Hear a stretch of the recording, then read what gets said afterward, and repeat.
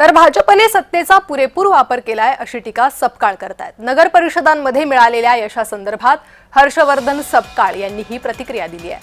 हर्षवर्धन सपकाळ यांच्याशी बातचीत केली आहे आमचे प्रतिनिधी प्रफुल्ल खंडारे यांनी।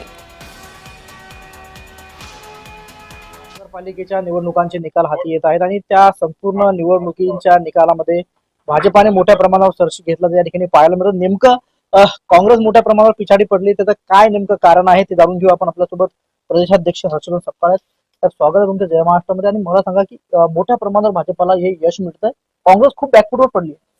काँग्रेस बॅकफुटवर जाणं हे म्हणणं चुकीचं राहील, कारण या निवडणुकीच्या निकालाकरता भाजपने जे जे काही केलं ते महाराष्ट्राच्या एकंदरीत पुरोगामित्वाला आणि महाराष्ट्राच्या संस्कृतीला हे अशोभनीय केलं। त्यांनी पैशाचा मोठ्या प्रमाणावर केलेला वापर, सत्तेचा मोठ्या प्रमाणावर केलेला वापर, निवडणूक आयोग हा त्यांच्या हाताशी होता। त्यामुळे त्यांचं जे यश आहे ते यश हे त्यांचं स्वतःचं नाही, तर त्यांना या पैशापासून म्हणजे भ्रष्टाचारापासून तर व्यवस्थेने फार मोठी मदत केलेली आहे आणि म्हणून त्यांना एवढं मोठं यश मिळालेलं आहे। आम्ही जे नियोजन केलं होतं ते नियोजनामध्ये कुठे आम्हाला गोंधळ आणि कुठे चूक आढळून येत नाही।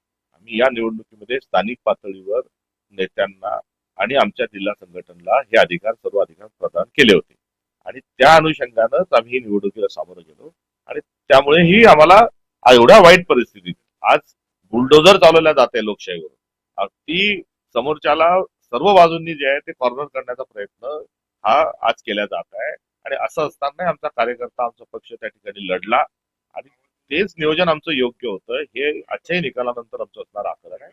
याच नियोजनाला पुढे घेऊन आम्ही जाणार आहोत। काँग्रेस असेल, महाविकास आघाडी असेल, ज्या पद्धतीनं भाजप पुढे झाला त्यांचा जो वाढता जो आलेख आहे तो कुठेतरी कमी करण्यासाठी किंवा रोखण्यासाठीचा प्रयत्न जो आहे महाविकास आघाडी आणि काँग्रेसकडून केला जाणार असल्याचं भाष्य जे आहे प्रदेशाध्यक्ष हर्षवर्धन सपकाळ यांनी आपल्याशी बोलताना केलं।